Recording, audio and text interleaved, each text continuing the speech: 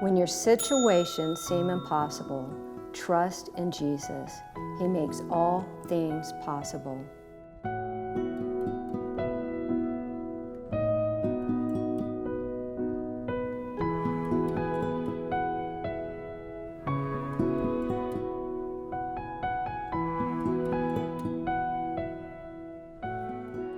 Do you ever dream about someday?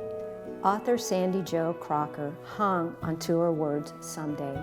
Someday she would escape her abusive husband, Tommy. Someday her children would be saved. Someday she wouldn't live in fear.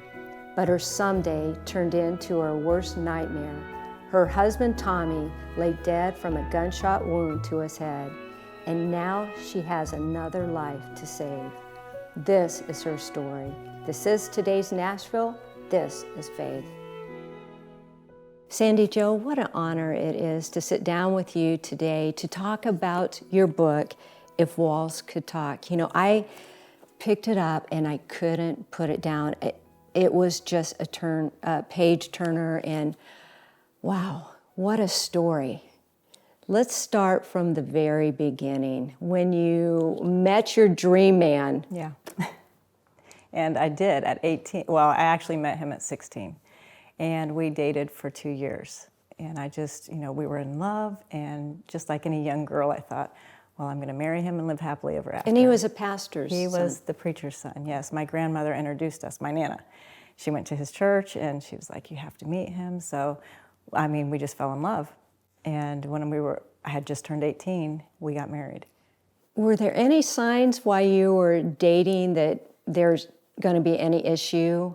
No, not physical. There was no, he never raised his voice to me. He never obviously raised a hand to me. He was just the perfect gentleman. Looking back years later, I see, well, there were 2 times where I could tell, as an adult looking back into this, young girl's life, he was controlling. He wanted me to stop doing some of the things that I did. And he never said, he never got mad at me about it, but he just said, oh, I wish you wouldn't do that, And that was something I loved to do. And I, looking back, I can see, oh, he was already starting to control me when we were dating. But it wasn't obvious enough for me, and I was young and in love. So we married, and we went on our honeymoon. Everything was great still. But the day we actually returned from our honeymoon was the first time he ever put his hands on me. And I was shocked. And what happened? I can't remember all the details. I can't remember if he choked me or he shoved me, but I just remember being on the floor. And his hands were just going all around my head, and he was screaming at me. Did you do something that, I took too long. We were unloading the truck from our honeymoon. And I stood in the house. I guess I was in the house too long. And he came in, and he was very upset with me. And again, I don't remember all the details. I just remember being on the floor, so he must have shoved me. And then he apologized right away. What was going through your mind? I was confused. I was, very confused, very surprised at his behavior. Again, he had never shown any signs of this. Came from a great family. His mom and dad were very godly people, still are. And I couldn't imagine why he did that. But I forgave him, and we moved on. And then it happened again and again. And I fought back, and I thought, well, how many months in between? Or was it? No, it was just it just began progressively, happening regularly, and I would fight back because I'm like, you're not going to do that to me, and I'm not going to fight back. So if he kicked me, I kicked him. If he hit me, I hit him. But he always won because I couldn't. He was stronger than I was, and we did this, and it was embarrassing for me to think this is going on in a pastor's home. But did you think about telling anybody? I never told. And he always told me, you can't tell. I'm sorry, and this won't happen again. That was in the early years. And but then when I became pregnant with our first child, I stopped fighting back because all I could think of was my baby. And so at that point, when he would start beating on me, I would just crouch in a corner and just protect my baby. And it was then that I realized that I can't fight back. And I actually gave birth to our first son with a black eye. And I told this story about how it happened, and everybody believed me because he was the preacher's son, and he was likable. Everybody liked him. What about your parents? Could you go to your mom, or? I could have, but I didn't. They loved Tommy, And I just wanted them to love him like I did, because I still loved him in the early years, even though he treated me like that. But after baby number 2 and 3 and 4, I realized I'm trapped.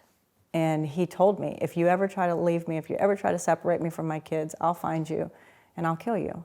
And I'll kill anybody that gets in the way. And I believed him because he was very unstable and very dangerous. And I saw what he did to me in the house. I mean, he used guns against me. He would shoot guns in my direction just to get my attention, just to warn me and to maintain the control. He would use knives.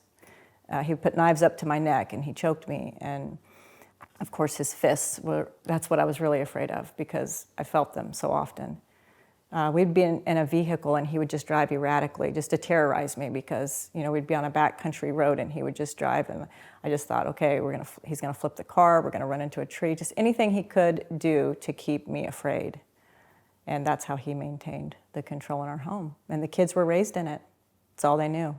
Was there ever a moment, though, when you were having the children, it's like, okay, I've got to get out of this? Yeah, there were several of those moments. But again, I didn't know anything about, first of all, I thought I was alone. I thought I was the only person going through this. I would go to church, we would look like the perfect family, and I'd look around and I thought, this is just me, I'm going through this. And he would always tell me, you brought this into our marriage. This is the baggage you brought in from your family, from your dysfunctional family. And so I kind of accepted that, and I thought, okay, this is my fault. But you know, I just felt so alone, and I didn't realize that there's shelters, there's places that could help you. I knew I couldn't go to my family, he would find me. And I really was afraid of what he would do when he did find me, or and the kids. So I stayed. And I actually thought, that I was protecting myself and the kids by staying, which now I realize is so, it's hard for people to understand that. But nowadays I tell women, you have to, first of all, you're not alone. And you have to tell somebody. You have to get the courage to tell somebody, and you have to separate yourself from the abuser.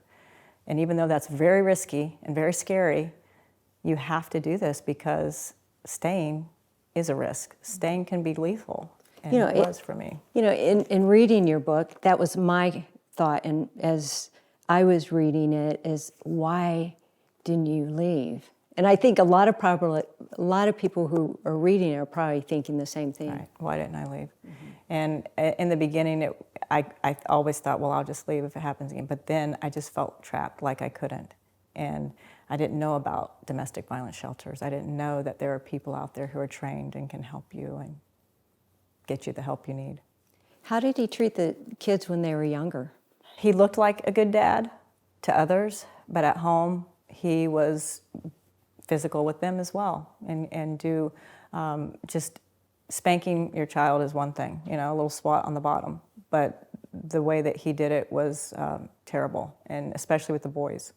He did terrible things to them. A lot of emotional and just mental trauma. I know that that's what they've dealt with over the years, just the things that he said and the things that, just living in that environment and knowing that, okay, Dad's okay now, but in 5 minutes he might not be. And that's terrorizing in your mind, to live in those circumstances. There's parts in the book that just broke my heart too, with the kids and the pets. And we're gonna talk about your fur babies and pets when we come back, and some of the things that happen there. And we're gonna talk about that when we come back.